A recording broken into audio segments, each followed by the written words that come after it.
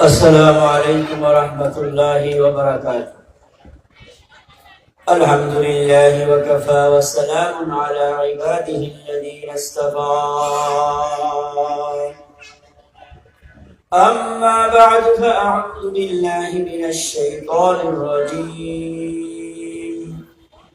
بسم الله الرحمن الرحيم. اقرأ باسم ربك الذي خلق.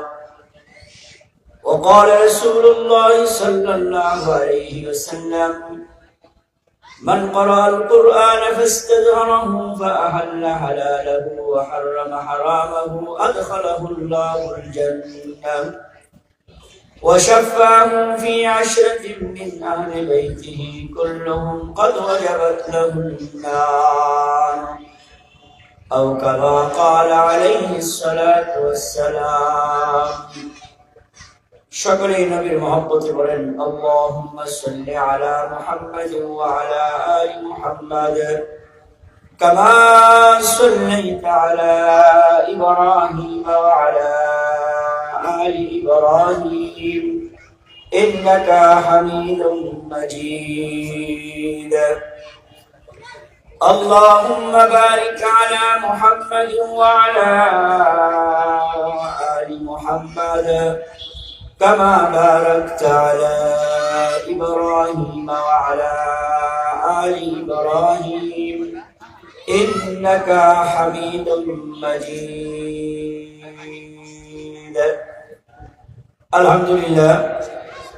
الله تعالى নিকট লাখ কোটি শুকর, যিনি অত্যন্ত দয়া করে, মায়া করে, মহব্বত করে, ভালোবেসে এই মুহূর্তে জান্নাতের বাগানে বসার তৌফিক আল্লাহ তাআলা আমাদেরকে দান করেছেন।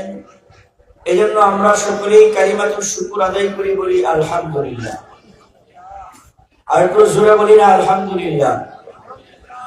পিছনে যে সমস্ত যুবক ভাইয়েরা বাবারা দাঁড়িয়ে আছেন, যদি কোরআনকে মহব্বত করেন, কোরআনকে ভালোবাসেন, তাহলে মেহেরবানি করে আপনারা সকলেই চলে আসেন। আমরা সরাসরি কোরআন থেকে কিছু আলোচনা শুনব। আমি আপনাদেরকে প্রশ্ন করি, কোরআন কার কিতাব? এখানে যারা আছেন একটু জবাব দেন, কোরআন কার কিতাব? আমি কোরআন কারীমের সর্বপ্রথম যে আয়াত নাযিল হয়েছে, আল্লাহ রাব্বুল আলামিন যে আয়াতটা সর্বপ্রথম নবী করিম সাল্লাল্লাহু আলাইহি ওয়াসাল্লামের প্রতি নাযিল করেছেন, সেই আয়াতে কারিমা একটা আয়াত আমি আপনাদের সামনে তেলাওয়াত করছি। নবী করিম সাল্লাল্লাহু আলাইহি ওয়াসাল্লামের অসংখ্য অগণিত হাদিস থেকে একটা হাদিস আমি আপনাদের সামনে তেলাওয়াত করছি। আয়াতকে সামনে রেখে, নবীজির হাদিসকে সামনে রেখে আমলের মধ্যে কিছু কথা বলবো। আল্লাহ তাআলা বললে ওয়ালা শুনলে ওয়ালা সকলকে যেন আমল করার তৌফিক দান করেন, বলেন আমিন। আর একটু জোরে বলেন না আমিন। আমরা মাহফিলে আসতে পেরেছি, এটা আমার বেড়াগিরি না, আমার বলি না, আল্লাহ তাআলা কবুল করছেন, এই জন্য আসতে পেরেছি। আপনার মতো আমার মতো কত ভাই, কত মানুষ দোকানের সামনে, রাস্তাঘাটে, বিভিন্ন দোকানের সামনে, চায়ের দোকানে বসে আছে। আল্লাহ রাব্বুল আলামিন ওনাদেরকে কবুল করেন নাই, আমাদেরকে কবুল করছেন। এই জন্য আমরা খুশি না বেজার? কারা কারা খুশি? আল্লাহ হাত তুলে দেখাই। আল্লাহ কবুল করুক, সকলে বলেন আমিন। আরো জোরে বলেন আমিন। আমি যে কথাগুলো বলবো হাত নামান, সবাই আমার দিকে খেয়াল করেন। এখানে দুনিয়ার কোনো মানুষের কথা বলা হবে না, দুনিয়ার কোনো কিচ্ছা কাহিনী বলা হবে না, সরাসরি রেলি করে কোরআন থেকে শোনানো হবে। কোরআন এমন একটা কিতাব আল্লাহ তাআলা আমাদেরকে দান করেছেন, যে কোরআনের ভিতরে আল্লাহ তাআলা সমস্ত বিষয় বলে দিয়েছেন। সুবহানাল্লাহ বলেন। কিন্তু আমরা না বুঝার কারণে, কোরআনের ভিতরে কি আছে এটা না বুঝার কারণে আজকে আমরা কোরআন থেকে অনেক অনেক দূরে সরে গেছি। আল্লাহ রাব্বুল আলামিন যে আয়াত নাযিল করেছেন, সর্বপ্রথম আমাদেরকে যে আদেশ দিয়েছেন, সেই আদেশটা হচ্ছে ইকরা, মানে পড়ো। এই আদেশটা কার? আল্লাহ। আল্লাহ তাআলা বলছেন পড়ো। বিসমি রাব্বিকাল্লাযী খালাক, প্রভুর নামে যিনি তোমাদেরকে সৃষ্টি করেছেন। আপনাকে আমাকে সৃষ্টি করেছেন কে? একটু জোরে আল্লাহকে ডাক দেন। কে সৃষ্টি করেছেন? মানুষ দুনিয়াতে 4 ভাবে আসছে, সকলে খেয়াল করেন ভাই। 1 নম্বর মানুষ আসছে পিতাও নাই মাতাও নাই, উনি হচ্ছেন আমাদের আদি পিতা হযরতে আদম আলাইহিস সালাম। আমাদের আদি পিতা হযরত আদম আলাইহিস সালামের পিতার নাম বলতে পারবেন? জবাব দিতে পারবেন? মার নাম বলতে পারবেন? তাহলে পিতাও নাই মাতাও নাই, উনি আসছেন আদম আলাইহিস সালাম। এরপরে আল্লাহ তাআলা আদম আলাইহিস সালামের বাম পাজরের হাড্ডি দিয়া হযরতে হাওয়া আলাইহিস সালামকে বানাইছেন। এর দ্বারা বোঝা গেল ওই পুরুষের মাধ্যমে হাওয়া আলাইহিস সালাম আসছে, তার মানে বাবা আছে, বোঝা যায় বাবার মাধ্যমে আসছে। 3 নম্বর মানুষ দুনিয়াতে আসার পদ্ধতি, পিতা নাই মা আছে, উনি কে? হযরত ঈসা আলাইহিস সালাম। ঈসা আলাইহিস সালামের পিতা আছে। এরপরে 4র্থ যে পদ্ধতি, সেই পদ্ধতি হচ্ছে আমরা দুনিয়াতে আসছি, আপনার আমার সকলের পিতা এবং মাতার মাধ্যমে আমরা দুনিয়াতে আসছি। আল্লাহ তাআলা পিতা মাতার মাধ্যমে আমাদেরকে দুনিয়াতে আনছেন। এই 4 প্রকারে আল্লাহ রাব্বুল আলামিন আমাদেরকে দুনিয়াতে আনছেন। সর্বশেষ প্রকার হচ্ছে আপনি আমি, আমরা সকলেই আমাদের পিতাও আছে মাতাও আছে। কথা জোরে বলেন ঠিক কিনা? আমরা কি এমনি এমনি দুনিয়াতে আসছি? এমনি এমনি দুনিয়াতে আসি নাই। তাহলে পিতা এবং মাতার মাধ্যমে আল্লাহ তাআলা দুনিয়াতে আনার পরে আল্লাহ রাব্বুল আলামিন আমাদেরকে একটা বিধান দিয়েছেন। আল্লাহ বলেন ওয়া কাযা রাব্বুকা, এই আয়াতের ভিতরে আল্লাহ রাব্বুল আলামিন বলেন যে আমি আল্লাহ তাআলার বিধান পালন করার পরেই 2 নম্বরে যে কাজটা তোমরা করবা, ওয়াবিল ওয়ালিদাইনি ইহসানা, তোমরা পিতা মাতার সাথে ভালো আচরণ করবা। আল্লাহর বিধানের পরে পিতা মাতার সাথে ভালো আচরণের কথা বলছেন কে? আর একটু জোরে বলেন কেন বলছেন? এক হাদিসের মধ্যে নবীজি বলেন, قال رسول الله صلى الله عليه وسلم قال رسول الله صلى الله عليه وسلم الجنة تحت أقدام الأمهات أو كما قال عليه الصلاة والسلام। নবীজি বলেন মায়ের পায়ের নিচে সন্তানের বেহেশত। সুবহানাল্লাহ বলবেন না? আর একটু জোরে বলেন। আমাদের তো সুবহানাল্লাহর আওয়াজ বাইরে হয়ে যায়। সুবহানাল্লাহ যে এত পাওয়ার, অনেক পাওয়ার।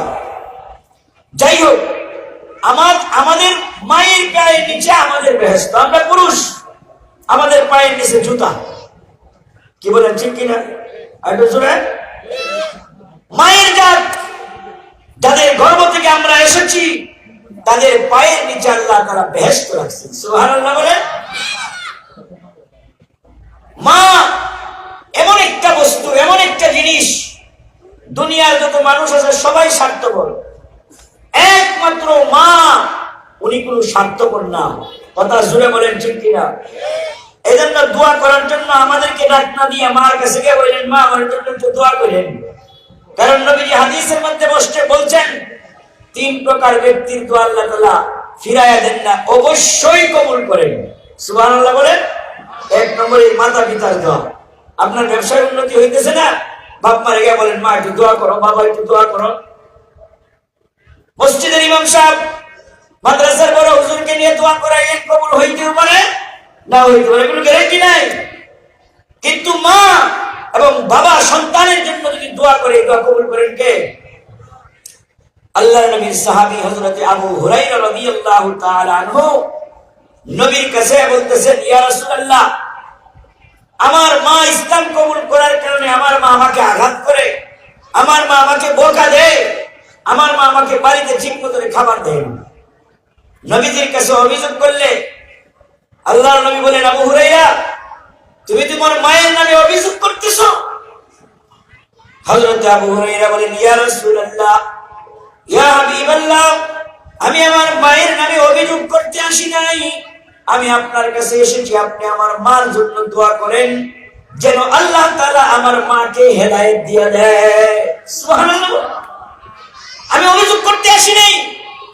নবীজি বুঝাইতে চাইছেন, মা যদি মুশরিকা হয়, মা যদি ইহুদি হয়, মা যদি খ্রিস্টান হয়, মা যদি অত্যাচারী হয়, এরপরে মায়ের নামে অভিযোগ করা যাবে না, কারণ মায়ের পায়ের নিচে আল্লাহ বেহেশত রয়েছে।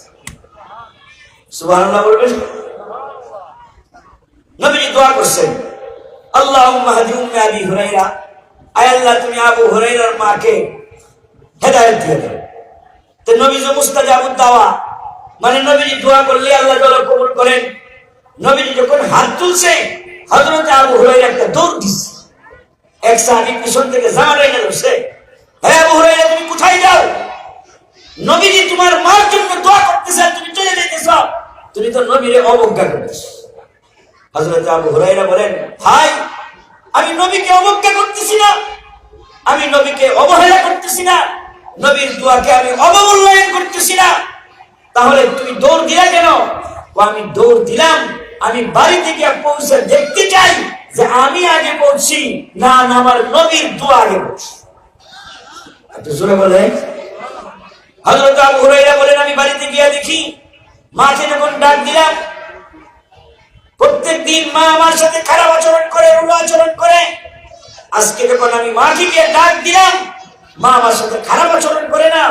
আমি বাহির থেকে টের পাইলাম মা যেমন গোসল করতেছে, মায়ের চুল থেকে যখন মা আমার কাছে আসলো, আমি ডাক দিলাম, বলতেছে আবু হুরায়রা একটু অপেক্ষা করো। আবু হুরায়রা বলেন, আমি অপেক্ষা করলাম, ওয়েট করলাম। ওয়েট করার পরে হঠাৎ করে আমার মা দরজা খুললো। দরজা খোলার পরে দেখি আমার মায়ের চুল থেকে পানি পড়তেছে, আর বলতেছে, বাবা তুমি আমাকে নবীর দরবারে নিয়ে চলো, আমি মুসলমান হয়ে যাব। আর জোরে বলেন না সুবহানাল্লাহ। তাইলে হযরত আবু হুরায়রা ওনার মার জন্য নবীর কাছ থেকে দোয়া করাইছেন। আজকে আমরা যদি মায়ের কাছ থেকে দোয়া নিতে পারি, মসজিদের ইমাম সাহেবকে নেওয়া লাগবে না, মাদ্রাসার হুজুরকে নেওয়া লাগবে না, মাদ্রাসার হুজুরকে মসজিদের ইমাম সাহেবকে ভালো করে খাওয়ান, কোনো অসুবিধা নেই। কিন্তু আপনার মাকে যদি একটু, এই যে মুরব্বী মানুষ, মুরব্বী হইলে একটু রুচি পরিবর্তন হয়, কথা বলেন ঠিক কিনা? আপনি যদি উনাকে ওনার পছন্দ মতো খাবার দেন, এই খাবার খায় মা যে দোয়া করবে, এই দোয়া আল্লাহর আরশে পৌঁছে যাবে। সুবহানাল্লাহ বলে। এই জন্য আমরা পুরুষ, আমাদের পায়ের নিচে জুতা, যাদের গর্ভ থেকে আমরা আসছি তারা হচ্ছে মা। এই মায়ের জাতিকে সম্মান দিয়েছেন কে? আল্লাহ। বলেন কে দিয়েছেন? তা আমি যে তেলাওয়াতকৃত আয়াত আমি আপনাদের সামনে তেলাওয়াত করেছি, আল্লাহ রাব্বুল আলামিন বলেন, ইকরা পড়ো, যে প্রভু তোমাকে সৃষ্টি করেছেন। তা আমরা সৃষ্টি আসছি, সৃষ্টির মাধ্যম আমাদের পিতামাতা। এজন্য পিতামাতাকে সম্মান করতে হবে, পিতামাতার খিদমত করতে হবে, পিতামাতাকে ভালোবাসতে হবে, পিতামাতার মানে আবদার পূরণ করতে হবে। এই পিতামাতার ভালোবাসা যদি আমার অন্তরে থাকে, পিতার মহব্বত যদি আমার অন্তরে থাকে, দেখেন নবীজি হাদিসের মধ্যে কি বলছেন, কোন বান্দা যদি তার মাতা পিতার দিকে নেক নজরে একবার তাকায়, কয়বার? একটু সবাই আওয়াজ দেন, কয়বার? একবার। নবীজি বলছেন একটা কবুল হজের সওয়াব আল্লাহ তাআলা তার আমলনামায় দান করবেন। এজন্য আমরা যখন মাদ্রাসায় পড়তাম, আমাদের সাথী ভাইরা বৃহস্পতিবার হইলে বাড়িতে যাইতো, জিজ্ঞাসা করতাম কই যাও?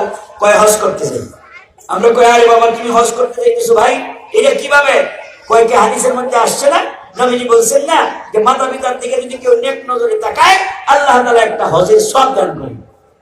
বাড়ি থেকে মার দিকে তাকাইবেন, সুন্দর করে তাকাইবেন, বাবার দিকে তাকাইবেন, দেখবেন আল্লাহ তাআলা একটা হজের সওয়াব দিয়ে দিবেন। একটু সুবহানাল্লাহ জুড়ে বলে, আর একটু জুড়ে বলেন যে সুবহানাল্লাহ। তাহলে এই বাপ মার দিকে নেক নজরে তাকাইলে আল্লাহ রাব্বুল আলামিন একটা কবুল হজের সওয়াব দেয়। সওয়াব এই পাওয়ার দরকার আছে না নাই? আর কার কার দরকার আছে? আল্লাহ কবুল করুক, জোরে বলেন আমিন, আরো জোরে বলেন আমিন। এই আমলটা করবো তো ইনশাআল্লাহ, বলেন ইনশাআল্লাহ, আবার বলেন ইনশাআল্লাহ। আমি আপনাদের সামনে যে আয়াত তেলাওয়াত করেছি, নবীজি না আল্লাহ তাআলা বলছেন পড়ো। এজন্য ভাই দুনিয়াতে দুইটা শিক্ষা চালু আছে। কয়টা শিক্ষা? এটা সবাই খেয়াল করেন, কয়টা শিক্ষা? দুইটা। একটা শিক্ষা হচ্ছে জেনারেল, আর একটা হচ্ছে কোরআনের শিক্ষা। তা আমি আপনাদের সামনে বলবো, কোরআন শিখলে মৃত্যুর সময় আমার কি উপকার, কবরের মধ্যে আমার কি উপকার, হাসরের মধ্যে আমার কি উপকার, কোরআন এবং হাদিস থেকে এই তিনটা কথা শুনবো। শুনতে রাজি আছি তো ইনশাআল্লাহ? বলেন কোরআনে কার কথা? জোরে বলেন কোরআনে কার কথা? আরো জোরে বলেন কার কথা? আল্লাহর কথা। কোরআন থেকে হাদিস থেকে বলবো। তাহলে এই দুইটা শিক্ষা চালু আছে, একটা জেনারেল আর একটা হলো কোরআনের শিক্ষা। এই জেনারেল শিক্ষার দিকে তাকান। আপনারা এখানে যারা শিক্ষিত পার্সন আছেন বুঝবেন জেনারেল শব্দের অর্থ কি। বলেন সাধারণ। জেনারেল অর্থ কি? বলেন জেনারেল অর্থ কি? সাধারণ। এই এলাকার মিল ফ্যাক্টরির জিএম উনি কি সাধারণ না বিশেষ? জোরে বলেন বিশেষ। আপনি আমি সাধারণ। কয় সাধারণ জনগণ। কথা বলেন ঠিক কিনা? জেনারেল শিক্ষা মানে সাধারণ শিক্ষা, যে শিক্ষার মূল্য এই দুনিয়ার ভিতরেই শেষ, কিন্তু যে শিক্ষার মূল্য দুনিয়াতেও চলে। কবরে আমার মৃত্যুর সময় আমার উপকার আসে, কবরের ভিতরে আমার উপকার আসে, হাসরের মাঠে উপকার আসে। এই শিক্ষার নাম হলো কোরআনের শিক্ষা। সুবহানাল্লাহ বলবেন? আর একটু জোরে বলেন না সুবহানাল্লাহ। তাহলে এই জেনারেল মনে করেন এই মাইক যিনি বানাইছেন, এই মাইক বানানোর কারিগর আছে না নাই? জোরে বলেন আছে না নাই? ওইটার উপকার কতদিন? উনি যতদিন দুনিয়াতে থাকে ততদিন। যখন উনি কবরে যায় এই মাইক তার কিন্তু উপকার করতে পারে না। আজকে আমরা এই মাইকের প্রশংসা করি, অমুকের মাইকটা খুব ভালো সার্ভিস দেয়, এটা প্রশংসা করি। অথচ আল্লাহ তাআলা বলছেন দুনিয়ার যাবতীয় প্রশংসার মালিক কে? আর একটু জোরে বলেন কে? আল্লাহ। যাবতীয় প্রশংসার মালিক হচ্ছেন আল্লাহ। আমরা প্রশংসা করব কার? আরো জোরে বলেন কার? সূরা ফাতিহার শুরুতেই তো আল্লাহ বলে দিয়েছেন আলহামদুলিল্লাহি রাব্বিল। এই যে শিক্ষা, এই শিক্ষা গ্রহণ করার জন্য দুনিয়াতে দুইটা প্রতিষ্ঠান, একটা হলো আরবি লাইনের মাদ্রাসা আর একটা হলো জেনারেল লাইনের স্কুল কলেজ ইউনিভার্সিটি। কথা বলেন ঠিক কিনা? এখন এই যে মাদ্রাসায় আপনি যখন এই মাদ্রাসায় পড়াবেন, মাদ্রাসায় যখন আপনার ছেলেকে দিবেন, আপনার মেয়েকে দিবেন, ছেলে মেয়েকে মাদ্রাসায় কেন পড়াবেন? আল্লাহ রাব্বুল আলামিন কোরআনে কারীমের সূরাতুশ শুআরার ভিতরে বলেন, ভালো করে খেয়াল করে শুনেন। আল্লাহ বলেন আমি কাউকে মেয়ে দিই, আবার কাউকে ছেলে দিই। কয় প্রকার মানুষ আছে? দুই প্রকার। বলেন কয় প্রকার? আল্লাহ বলেন আমি কাউকে ছেলে দেই, মেয়ে দেই। প্রথমে বলছেন আমি কাউকে মেয়ে দেই, কাউকে ছেলে দেই, এরপরে কাউকে ছেলেও দেই মেয়েও দেই, আবার কাউকে কিছুই দেই না। এরকম মানুষ আমাদের দেশে আছে না নাই? দেখেন আল্লাহ তাআলা সমস্ত নবীদের ভিতরে কোন নবীকে শুধু ছেলে দিবেন, কোন নবীকে শুধু মেয়ে দিবেন, কোন নবীকে ছেলেও দিবেন মেয়েও দিবেন, আবার কোন নবীকে ছেলেও দেয় নাই মেয়েও দেয়। উদাহরণ দেন, হযরতে লূত আলাইহিস সালামকে আল্লাহ শুধু মেয়ে দান করেছেন। সুবহানাল্লাহ বলেন। হযরতে ইব্রাহিম আলাইহিস সালামকে আল্লাহ তাআলা শুধু ছেলে দান করেছেন। সুবহানাল্লাহ বলেন। আর আমাদের নবীকে আল্লাহ ছেলেও দিয়েছেন মেয়েও দিয়েছেন। সুবহানাল্লাহ বলেন। হযরতে ঈসা আলাইহিস সালামকে ছেলেও দেন নাই মেয়েও দেন নাই। তে আল্লাহ তাআলার কোরআনে কারীমে এই যে সিরিয়াল, এই সিরিয়ালের ভিতরে আগে ছেলে না মেয়ে? আরেকটু জোরে বলেন, আরেকটু জোরে বলেন মেয়ে। আল্লাহর সিরিয়ালে মেয়ে কেন? মেয়েরা বাবাকে মহব্বত বেশি করে। কথা জোরে বলেন ঠিক কিনা? নবীজি বলছেন যার একটা মেয়ে, সে যদি ওই মেয়েটাকে সুন্দর করে কোরআন শিখায়, পাত্রস্থ করে, পর্দার ভিতরে রেখে পাত্রস্থ করে, আল্লাহ তাআলা তার জন্য একটা জান্নাত রাখছে। আর তো জোরে বলেন না সুবহানাল্লাহ। আল্লাহর সিরিয়াল। এখন আল্লাহর সিরিয়াল অনুযায়ী যদি আমাদের সন্তান দুনিয়াতে হয় তাহলে আমাদের চেহারা কড়া হয়ে যায়, মেয়ে যদি হয় তখন চেহারা কালো হয়ে যায়। এটা আপনার আমার কথা না, আল্লাহ কোরআনে বলে দিয়েছেন ওয়াইদা বুশিরা আহাদুকুম বিল উনসা, যখন তাদেরকে কোনো মেয়ের সুসংবাদ দেওয়া হয় তখন তাদের মেয়ে হইছে, এই লজ্জার বয়ে এটাকে খাওয়াবো কেমনে, কেমনে পড়াবো, এটাকে বিয়া দিলে টাকা পয়সা দিতে হবে, এইটার লজ্জায় চেহারা কালা হয়ে যায়। ওই জাহিল যুগে যেরকম হইতো এখন এই বর্তমান যুগে এরকম একদল মুসলমান আছে না নাই? আর একটু জোরে বলেন আছে না নাই? অথচ আল্লাহ সিরিয়াল শুরু করছেন কি দিয়া? মেয়ে দিয়া।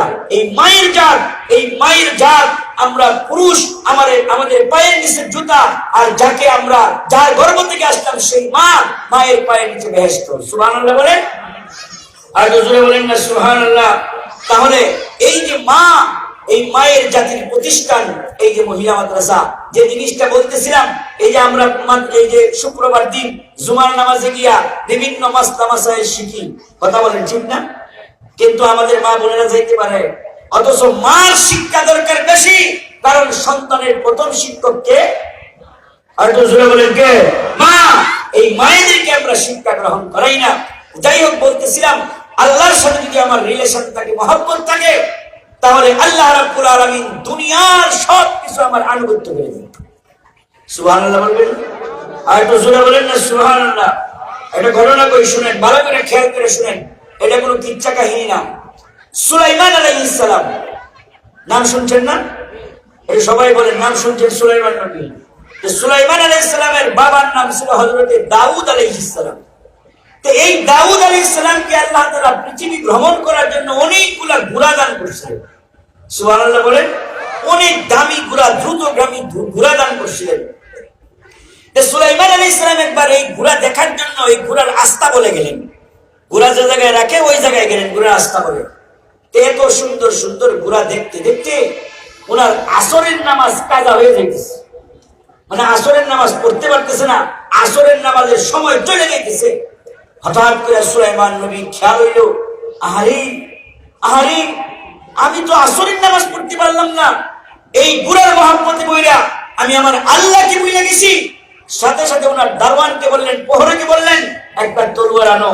তখন প্রহরী তলোয়ার আনলো। তলোয়ার আনার পরে সুলাইমান আলাইহিস সালাতু ওয়াস সালাম প্রত্যেকটা দামি দামি বুড়ার পা কাটা শুরু করলেন। সুবহানাল্লাহ বলেন, পরে বলবেন, আগে বলেন সুবহানাল্লাহ বলেন। আল্লাহ রাব্বুল আলামিনের কাছে এই কাজটা এত পছন্দ হয়েছে, এত পছন্দ হয়েছে, আল্লাহ রাব্বুল আলামিন সূর্যকে বললেন, ও সূর্য স্টপ, আমার নবী সুলাইমান আসরের নামাজ পড়তে পারে নাই, তুমি সূর্য অস্ত যাইবা না যতক্ষণ পর্যন্ত আমার নবী সুলাইমান আসরের নামাজ আদায় না করে। আর তো জোরে বলেন না সুবহানাল্লাহ। তাহলে সুলাইমান নবীর সম্পর্ক আছে কার সাথে? কার সাথে? আল্লাহর সাথে। এখন সুলাইমান নবী আসরের নামাজ পড়ছে, এরপরে সূর্য অস্ত গেছে। সুবহানাল্লাহ বলেন।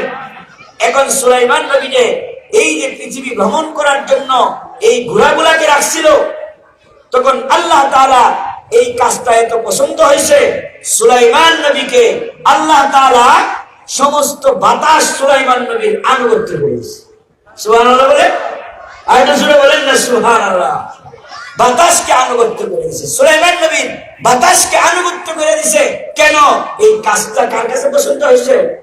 আরো জোরে বলেন, কার কাছে? আজকে আমরা এখানে আসছি, দুনিয়ার মানুষ কত জায়গায় ব্যস্ত আছে, কত জায়গায় বিভিন্ন কাজের ভিতরে ব্যস্ত আছে, কিন্তু আমরা আল্লাহ তাআলা আমাদেরকে যে এই জায়গায় আনছেন, এই জায়গায় আনার কারণে আল্লাহ রাব্বুল আলামিনের কাছে এই কাজটা পছন্দ হইতে পারে। এই পছন্দের উসিলায় আল্লাহ তাআলা আমাদেরকে মাফ করে দিতে পারেন। এই ক্ষমতা আল্লাহর আছে না নাই? আর একটু জোরে বলেন, আছে না নাই? শুনেন, আল্লাহর সাথে মহব্বত যদি না থাকে, তাহলে আল্লাহ তাআলা আমাদেরকে অনেক সময় আল্লাহ তাআলা আমাদেরকে পরীক্ষা করেন। যেমন পরীক্ষা করেছিলেন হযরত ইয়াকুব আলাইহিস সালাম। সুবহানাল্লাহ বলেন। ইয়াকুব আলাইহিস সালামকে কি পরীক্ষা করছিলেন? খেয়াল করে শুনেন। ইয়াকুব আলাইহিস সালাতু ওয়াস সালামের যে সন্তানাদি ছিল, তার ভিতরে এক ছেলের নাম ছিল ইউসুফ। নাম শুনেন নাই? জোরে বলেন, নাম শুনছেন না? কোরআনে কারীমের মধ্যে একজন নবীর কাহিনী একবারে ধারাবাহিকভাবে আছে, সূরাতুল ইউসুফ।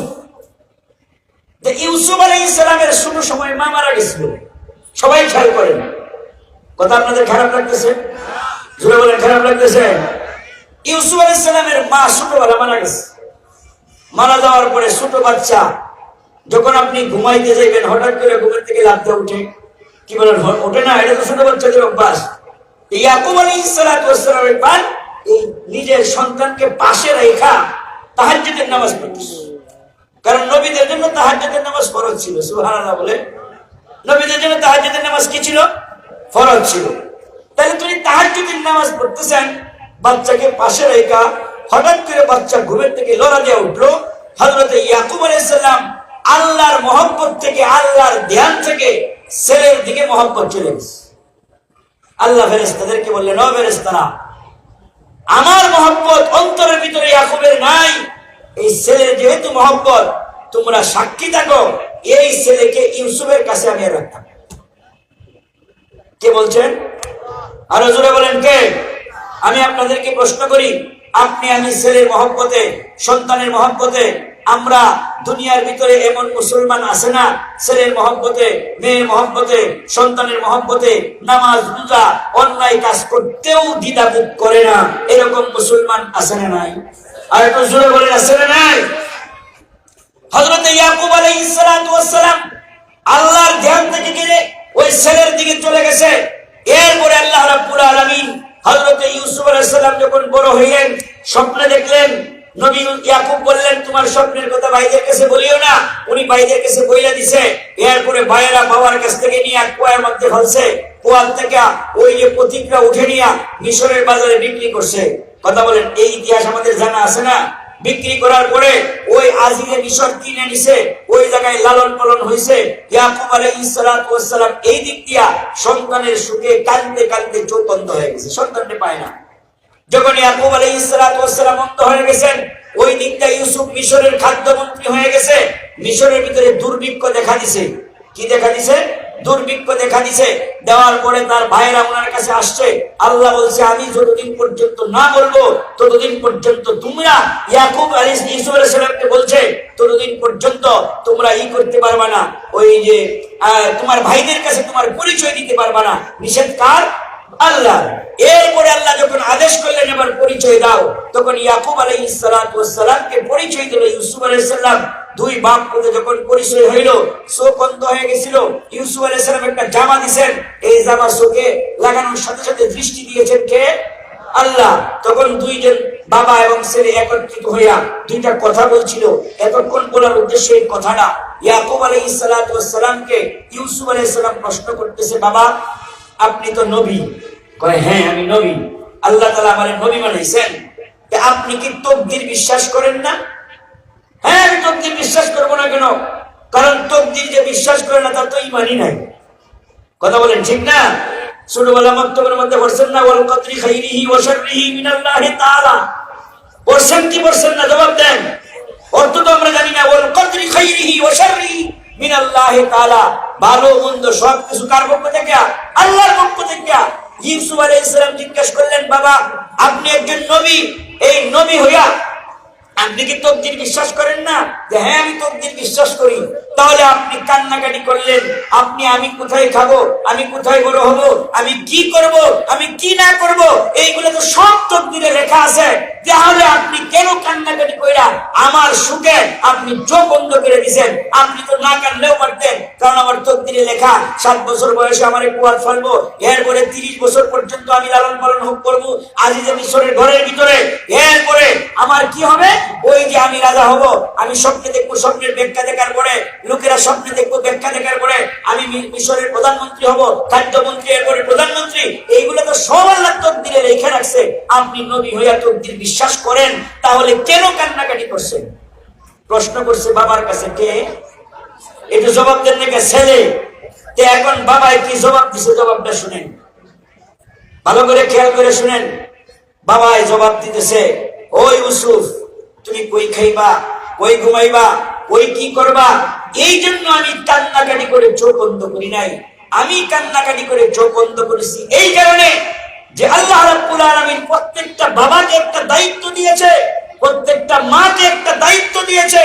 বাবা এবং মার দায়িত্ব হলো এই সন্তানটাকে আল্লাহ চিনার মতো, আল্লাহকে চিনার মতো, নবীজিকে চিনার মতো এলেম শিক্ষা দিছে কিনা, এটা প্রত্যেকটা বাবার দায়িত্ব। কারণ কিয়ামতের দিন জিজ্ঞাসা করবে, তোমার ছেলে তোমারে ছেড়ে দিছিলাম, তোমারে মেয়ে দিছিলাম, তোমাকে ছেড়ে দিছিলাম, তাকে আল্লাহ চিনার মতো এলেম তুমি শিখাইছো কিনা, এটা আল্লাহ জিজ্ঞাসা করবে। ও ইউসুফ তুমি কই খাইবা, কই ঘুমাইবা, কই কি করবা, এই জন্য আমি কান্না করে চোখ বন্ধ করি নাই, আমি কান্না করে চোখ বন্ধ করে দিয়েছি। আমি তোমাকে আল্লাহ চিনানোর এলেম অর্জন করাইতে পারি নাই। আল্লাহ কিয়ামতের দিন আমার জিজ্ঞাসা করলে আমি কি জবাব দিব, এই জন্য আমি কাঁদতে কাঁদতে আমার চোখ বন্ধ করে দিয়েছি। সুবহানাল্লাহ। আর একটু জোরে বলেন না সুবহানাল্লাহ। আর আজকে আমরা কি করি? সন্তানকে আল্লাহ চিনার মতো এলেম শিখার জন্য আমরা কি করি নাই? আমরা আল্লাহ চিনার মতো জ্ঞান অর্জন করার জন্য আমাদের ফিকির নাই।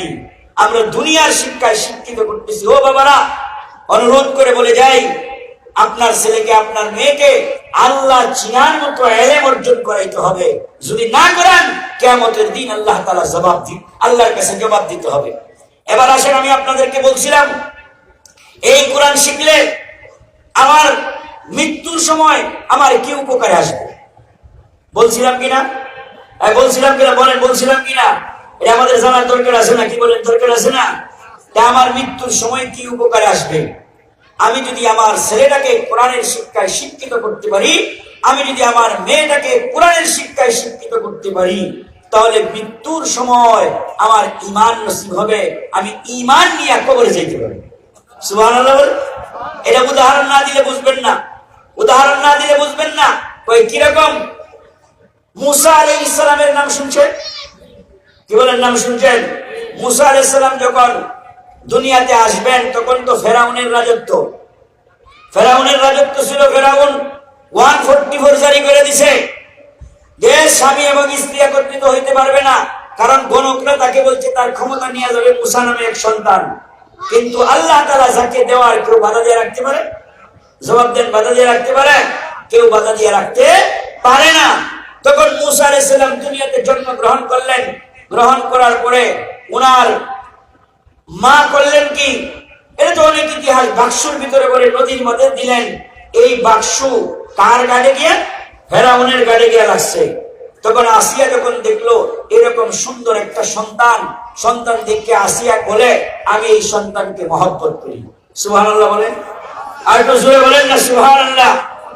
প্রকান্তরে ফেরাউন বলছিল আমি এই সন্তানকে মহব্বত করি না, কারণ মুসা আলাইহিস সালাম কার নবী?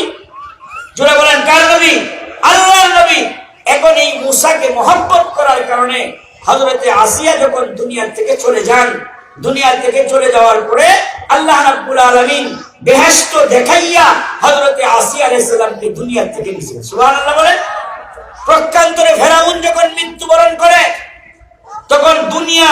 তখন ফেরাউন সমুদ্রের নিচে যখন ওই যে মুসার বাহিনী পার হয়ে গেল, ফেরাউন যখন যাইল দুই সমুদ্রের মাঝখানে গেলে আল্লাহ বলছেন দুই পানিকে একত্রিত হইবার। ফেরাউন বুঝে গেছে এখন তো আর বাঁচার কোনো উপায় নাই। তখন ঈমান আনতে চাইছিল, তখন আল্লাহ তাআলা জিবরাইলের মাধ্যমে তার মুখের ভিতরে কেউ বলে কাদামাটি দিছে। তখন তো ফেরাউন কিছুই বলতে পারে না। তখন বলছিল আল ইয়াউমা নুনাজ্জিকা বিবাদানিক, আল্লাহ তুমি আমার বডিটাকে বাঁচাও। আল্লাহ বডি এমন বাঁচানি দিছে, আজ পর্যন্ত ফেরাউনের লাশ কোনো পোকায় খায় না, কোনো মেডিসিন লাগে না। মিশরের পিরামিড জাদুঘরে এখনো আছে। বলছিল আল ইয়াউমা নুনাজ্জিকা বিবাদানিক, আমার বদনটাকে রক্ষা করো। এখন ফেরাউন ঈমান নিয়ে মৃত্যুবরণ করতে পারে নাই। কেন? মুসাকে মহব্বত করে নাই। এখন প্রশ্ন আসতে পারে, হুজুর তো মুসা তো হলো নবী, নবীরে মহব্বত করছে দেখে মৃত্যুর সময় জান্নাত দেখে গেছে, নবীকে মহব্বত করে নাই দেখা ফেরাউন ঈমান নিয়ে কবরে যাইতে পারে নাই। আপনি যে বললেন মাদ্রাসায় ভরাইয়ে কোরআন শিখলে, তাহলে এইটা কিভাবে আমরা ঈমান নিয়ে কবরে যাইতে পারবো? এটার উদাহরণ দেন। আমি আপনাদেরকে প্রশ্ন করি, সবাই জবাব দিবেন। এখন যদি নবী জীবিত থাকতো, বলেন, এখন যদি নবী জীবিত থাকতো, নবীর কাছে আমরা কালমা নামাজ শিখার জন্য যাইতাম? কথা জোরে বলেন, ঠিক কিনা? আর একটু জোরে বলেন, ঠিক কিনা? নবী যদি এখন জীবিত থাকতো, মনে করেন নবী এখন জীবিত, তখন আমরা কলমা কালেমা নামাজ রোজা এইরকম নিয়ম পদ্ধতি শিখার জন্য কার কাছে যেতাম? জোরে বলেন, কার কাছে? তো এখন তো নবী নাই, এখন যাবো কার কাছে? এখন আলেমদের কাছে যাইতে হবে। কেন? নবীজি বইলা গেছেন, নবীজি বইলা গেছেন ওয়া ইন্নামাল উলামা ওয়ারাসাতুল আম্বিয়া, নবীগণের ওয়ারিস হচ্ছেন উলামায়ে কেরাম। এই জন্য আমাদের কেবল কালেমা শিখার জন্য, নামাজ শিখার জন্য, রোজা শিখার জন্য এখন আমার যাইতে হয় আলেমদের কাছে। কথা বলেন, ঠিক কিনা? এখন আলেম হইলে কি করতে হয়? কোরআনের ইলম শিখতে হয়। এখন এই ছেলেটাকে মাদ্রাসায় দিয়ে যখন আমি মহব্বত করলাম, মেয়েটাকে যখন মাদ্রাসায় দিয়ে আমি মহব্বত করলাম, এই মহব্বত করার কারণে, কোরআনওয়ালাকে মহব্বত করার কারণে, কোরআন পড়নেওয়ালাকে ভালোবাসার কারণে, কোরআনের উপর চলনেওয়ালাকে ভালোবাসার কারণে আল্লাহ রাব্বুল আলামিন মৃত্যুর সময় আমাকে ঈমান নসিব করবেন। কথা বলেন, ঠিক কিনা? আর একটু জোরে বলেন, ঠিক কিনা? এটা হলো 1 নম্বর। তাহলে কোরআনওয়ালাকে মহব্বত করতে রাজি আছি তো ইনশাআল্লাহ? 2 নম্বর কি বলছিলাম? কবরে আমার কোরআন পড়াইতে পারলে কবরে আমার উপকার আছে। বলেন কোথায় উপকার আছে? জোরে বলেন কোথায়? কবরে আমার উপকার কিরকম? উদাহরণ দেই যে মুসা আলাইহিস সালাম একবার ওনার বাহিনী নিয়ে এক এলাকা দিয়ে যেতেছিলেন, যাওয়ার পরে রাস্তায় কবরস্থান করলো। কি বললো? কবরস্থান। তখন মুসা আলাইহিস সালাম যখন কবরস্থানের পাশ দিয়ে যাইতেছেন, যাওয়ার সময় দেখে এই কবরের এক বাসিন্দার আযাব হইতেছে। কারণ নবীরা তো আযাব টের পান, আপনি আমি আযাব টের পাই না। যদি টের পাইতাম তাহলে মানুষের দাফন কাফন আমরা ভুলে যেতাম। এজন্য আল্লাহ তাআলা এটাকে টের পাওয়ার সুযোগ আমাদেরকে দেয় নাই। গরু ছাগল এই যে এরকম যত জীব জানোয়ার তারা টের পায় কিভাবে? এই জন্য দেখবেন গ্রামে গঞ্জে অনেক সময় কবরস্থানের ভিতরে গরু রাখলে দেখবেন গরু অনেক লাফালাফি শুরু করে, কারণ গরু টের পাইতেছে কবরে আযাব হইতেছে। আপনি আমি মুসলমান টের পাই না, এই ক্ষমতা আল্লাহ দেয় নাই। যদি দিত আমরা আপনি মানুষদেরকে দাফন করে ছাইড়ে দিতাম। কথা বলেন ঠিক না? মুসা আলাইহিস সালাম যাওয়ার সময় দেখছেন কি হইতেছে? কবরে আযাব হইতেছে। উনি ওনার কাজ শেষ করে যখন আসেন বিকাল বেলায়, তখন দেখে কবরে আযাব নেই। সুবহানাল্লাহ বলবেন না? আচ্ছা জোরে বলেন না বাবা সুবহানাল্লাহ। এই সুবহানাল্লাহ একটা ওয়াজ করে শেষ করে দেন, হুজুর আয়েশা বলছেন। তাহলে কবরকে জিজ্ঞাসা করলো, কবরের বাসিন্দাদেরকে জিজ্ঞাসা করলো, যাওয়ার সময় দেখলাম তোমার কবরে আযাব নাই, এখন আসার সময় তোমার কবরে আযাব ছিল, এখন আযাব নাই, কারণ কি? তখন এই কবরের লোক কয়, হুজুর আমি যখন মারা যাই তখন আমার স্ত্রী গর্ভবতী ছিল, কিছুদিন পরে আমার স্ত্রী প্রসব করেছে, আল্লাহ রাব্বুল আলামিন একটা সন্তান দিছে। সুবহানাল্লাহ বলেন। এই সন্তান বড় কইরা আমার স্ত্রী আজকে দুপুর বেলায় এই যে মাদ্রাসায় ভর্তি করছে, কোরআন শেখার জন্য হুজুরের কাছে নিয়ে গেছে। সুবহানাল্লাহ বলেন। তে হুজুর সর্বপ্রথম সবক দিছে বিসমিল্লাহির রহমানির রহিম। এখন আল্লাহ রাব্বুল আলামিন বলতেছে যে তোমার ছেলে আমাকে রহমান বলবে, তোমার ছেলে আমাকে রহিম বলবে, তোমার ছেলে আমাকে দয়াল বলবে, তোমার ছেলে আমাকে দাতা বলবে, আর আমি আল্লাহ তোমার কবরে আযাব দিমু। এটা হতে পারে না। আমার ছেলেটাকে আমার ওয়াইফে আজকে মাদ্রাসায় ভর্তি করার কারণে আল্লাহ তাআলা আমার কবরে আযাব মাফ করেছে। আর তো জোরে বলেন না সুবহানাল্লাহ। তাহলে মাদ্রাসায় পড়াইলে, কোরআন পড়াইলে এই ছেলেটাকে আল্লাহ তাআলা, এই সন্তানটাকে আমি মারা যাওয়ার পরে কবরে আযাব মাফ করে দিবেন কে? আল্লাহ। 3 নম্বর বলছিলাম হাসরের ময়দানে এই কোরআন পড়নেওয়ালা ছেলে মেয়ে যদি আমি রেখা যাই, কোরআন পড়নেওয়ালা ছেলে মেয়ে আমার কি উপকার? হাসরের ময়দানে আল্লাহ তাআলা ফয়সালা করবেন, জান্নাতি জান্নাতে যাবে, জাহান্নামীরা জাহান্নামে যাবে। এরকম ভাবে দাঁড়ায় থাকবে জাহান্নামীরা, এরকম ভাবে সাইডে দাঁড়ায় থাকবে। উলামায়ে কেরাম জান্নাতের দিকে যাইতে থাকবে। তখন পিছন থেকে এক লোক ডাকে, হাদিস থেকে শুনাইতেছি কিচ্ছা না, যে হুজুর আপনি যে আমারে রেখা যাইতেছেন গা, দুনিয়াতে তো আপনার উপকার করছিলাম। হুজুর বলবেন দুনিয়াতে আমার কি উপকার করছিলা? দুনিয়াতে তো হুজুর আপনার 1 গ্লাস পানি খাওয়াইছিলাম। সুবহানাল্লাহ বলেন। আর তো জোরে বলেন না সুবহানাল্লাহ। কয়ান আমি আপনাদেরকে প্রশ্ন করি, 1 গ্লাস পানির দাম কত টাকা? 20 টাকা 50 টাকা হতো না? এই একটু উপকার করার কারণে আলেম আর জান্নাতে যাবে না, স্টপ হয়ে যাবে। ওই জাহান্নামীকে সুপারিশ করে জান্নাতে নিয়ে যাবে। তাহলে আমার ছেলে কোরআন পড়লে হলে তো আলেম হয়, তাহলে ওই ছেলেটা আমাকে ওই জায়গায় নিয়ে যাবে। ও ভাই যারা আছেন আশেপাশে, তাহলে এই কোরআন শিখা এবং শেখানোর প্রয়োজন আছে না নাই? জোরে বলেন আছে না নাই? আমি যে হাদিস পড়েছিলাম, হাদিসের তরজমা শেষ হুজুর আয়েশা করছে। আল্লাহ বলছেন যে মান ক্বারাআল কুরআন ফাস্তাযহারাহু ফাআহাল্লা হালালা, যে কোরআন পড়লো হালালকে হালাল মনে করলো, হারামকে হারাম মনে করলো, আদখালাহুল্লাহুল জান্নাহ, আল্লাহ তাআলা তাকে জান্নাতে প্রবেশ করাবেন।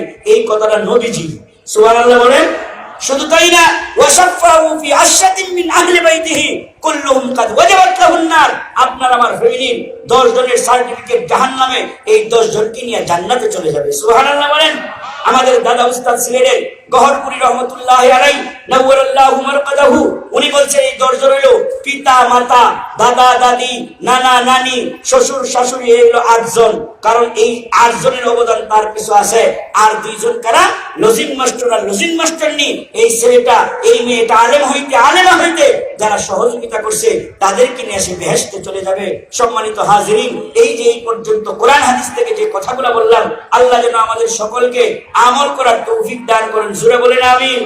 আর একটু জোরে বলেন আমিন। ওয়া আখিরু দাওয়ানা আলহামদুলিল্লাহি রাব্বিল আলামিন। আসসালামু আলাইকুম ওয়া রাহমাতুল্লাহ।